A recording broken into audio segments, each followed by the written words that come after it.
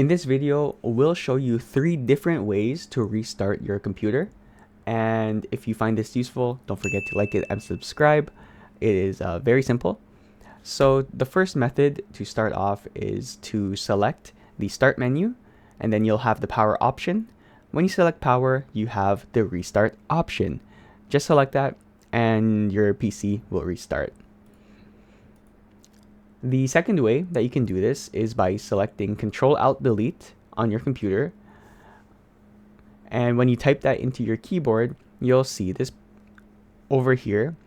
And in the bottom right, you'll have a power option. That's how you can select restart as well.